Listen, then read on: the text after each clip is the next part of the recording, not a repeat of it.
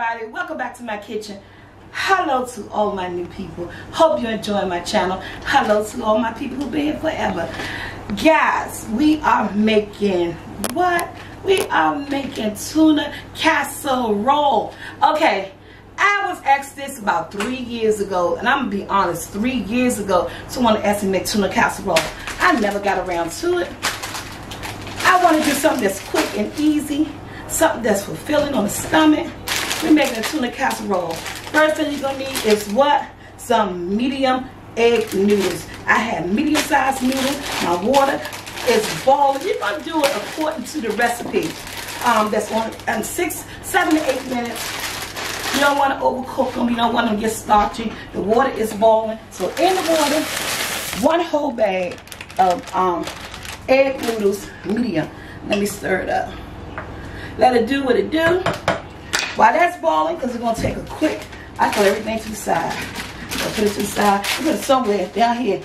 It's going to get done. Okay. I'm turning my stove on, because guess what? I want to make a roux. I'm going to tell you everything you need as we go. So what I'm about to do now, you're going to need about 2 tablespoons of butter or margarine. You know, it doesn't matter. It's whatever you got on hand, right? Because I'm making a cheese roux. So my tuna casserole is going to have some white cheddar cheese in it. Yes. About 2 tablespoons of what? Olive oil, because that helps the butter. The butter helps the olive oil don't burn and all this other crazy stuff that combinations do. I'm turning this on low. I'm going to get that butter and that going. Now, you're going to want to use an onion. Depends on your family how much you onion. I'm not using a whole lot. Just a little bit here, guys. So, yeah. And you know, when you peel onions, you can, like, put it in the freezer to get it really, really cold. Or you can run it under cold water. But I'm just going to go for it today. I'm just going to chop them up. Because they're going to go right in here. I'm going to let the onions cook. Yeah. Making tuna casserole. And I'm trying to slice the onions up as little as possible. Oh yeah, and you're gonna need some veggies. A lot of people just use peas. That one is not chopped up good enough for me. A lot of people just use peas, and some people use carrots. Some people just use like a mixture. So I got a veggie bag of frozen. If you want to use canned, you gotta drain the juice off. It be mushy. I like the frozen veggies. No juice involved. You know, they do have to thaw, but hey, I think it's better than canned. This is my personal opinion. You know, you want canned. If you got canned, you know, use what you got in your house. Don't go out. That's what I be trying to do sometimes. I make what I got work. So, we're going with the onions. We're gonna let the onions cook a little bit before I add my flour. I don't want no raw onions in no tuna casserole, right? Because this is going in the oven.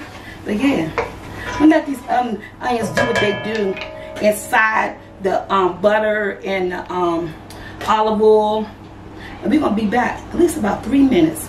I'm going to let them saute a little bit, get soft. Then we're going to add in what? Our flour. Okay, guys, our onions has done what I want them to do. Now, I'm going in now. At this point, I'm giving this food flavor. I'm using about 2 tablespoons of my flour. You can use 2 tablespoons all-purpose flour, but you're going to have to season it. I'm using my flour because I don't want to have to season it. Using the flour, my SoulfulT flour, the season is already there.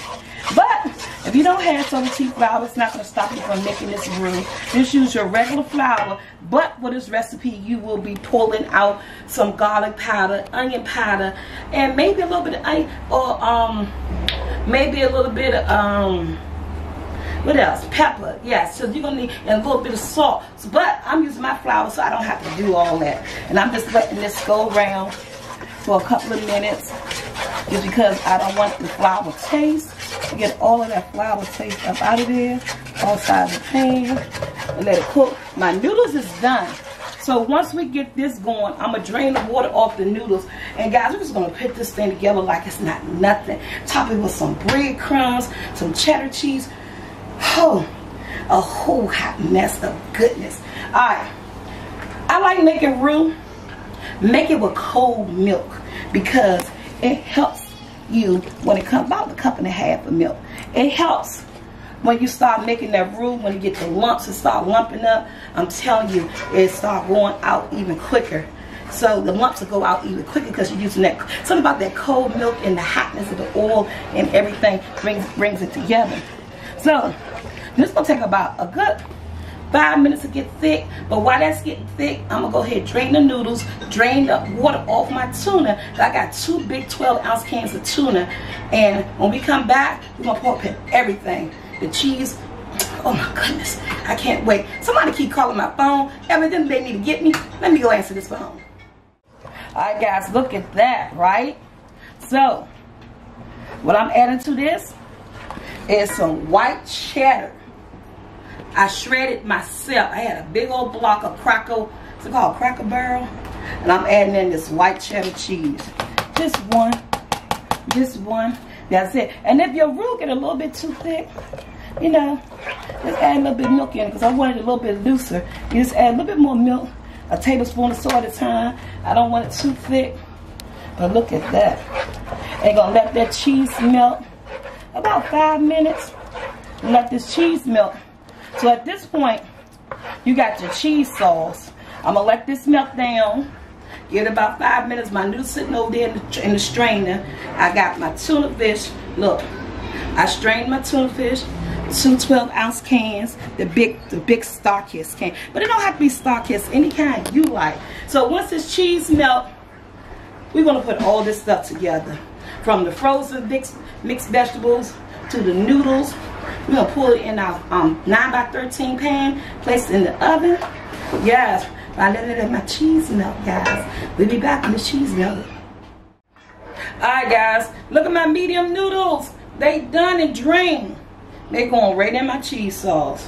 Remember, this is my kitchen. I was like, oh, you don't make cheese. Man, I'm making a cheesy tuna casserole so that everybody can eat it. I already know who's calling me. That's that daggone Joshua Waller. And think about it, he right in the next room. He keep calling me, bugging me.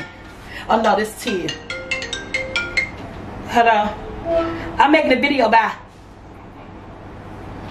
I had to do it that way. Because if I don't, because this is what happens. If I don't, oh, look at that. It's already looking good. Right? And goes what? The tuna. This is a quick recipe. Well, I'm going to say semi-quick. Not that quick. But it's quick enough. Your veggies are going to cook. How much you want to put in there is up to you. I'm using this whole bag. Because it's a little bag, right? And got a can of creamy chicken mushroom. You can use celery. You can use cream of chicken. You can use whatever you want. And at this point, if you don't have that SoulfulT flour, guys, you want to go ahead, get your seasonings together. Start seasoning your stuff with your garlic powder, your onion powder, your pepper. Yes. Whatever flavors that you're going to bring your, this look good, honey. Whatever flavor, you don't want a dry tuna casserole. Whatever flavor is going to bring your food to life. I don't have to use any flavor because it's all in my season. It's all in my flour. If you want to get your flour, it's in the description below. And this whole can, oh! Of creamy chicken mushroom. Look at this. And I'm just going to let it sit on the stove for a few minutes and let it bubble. And for real, if you let it sit on the stove for a few minutes like this, tell me you ain't got to place it in the oven. But mine's going in the oven. This is my version of tuna, what is it called? Tuna casserole. We'll be back. Alright guys, we're back. So look what I did. This is a cheesy tuna casserole. I mean, you gotta make things, experiment in your kitchen. This is all you did. You don't have to use the cheese. You know, you don't have to use the cheese. But I use the cheese. Got some breadcrumbs right here. I'm gonna take a little bit of my olive oil. You use melted butter, olive oil. I'm going in. There's a teeny bit of olive oil. Place this back on my stand. Take my spoon. Stir my olive oil up. I'm trying to get that. I might need a little bit more. Alright guys, so they add a little bit more olive oil. There you go. You want them breadcrumbs nice and you know, get it, I won't say wet, yeah, but not dry. You want them crumbly. Look at that. And I use plain old regular breadcrumbs. No Italian, no name brand. Just plain old regular breadcrumbs. Now, I'm gonna take my mild cheddar cheese that I got right here.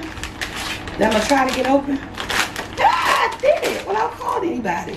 And I'm just gonna sprinkle a little bit of cheddar cheese on top. You gotta make this casserole that they want to eat it, guys. You know, not a lot, but just enough. You want them to eat it. You want them to like it. I'm gonna say, hey mom, make that again. And you're gonna take some breadcrumbs and just crumble it on top of it.